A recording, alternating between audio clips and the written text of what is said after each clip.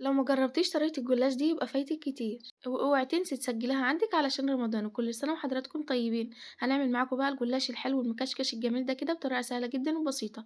أول حاجة هنجيب لفتين من الجلاش، هنفردهم وبعد كده هنغطيهم بفوطة علشان ما ينشفش معانا. وهنجيب الصينية اللي هنحط فيها الجلاش هندهنها كده دهنة حلوة بالسمنة، وبعد كده هنحطها على جنب. وهنجيب أول ورقة من ورقات الجلاش هندهنها بالسمنة حلو، وبعد كده هنكشكشها بالطريقة دي كده، يعني واحدة عكس التانية بالشكل اللي حضراتكم شايفينه ده كده. وبعد كده هنعمل اللفتين بالطريقة دي كده وهنحطهم في الصينية.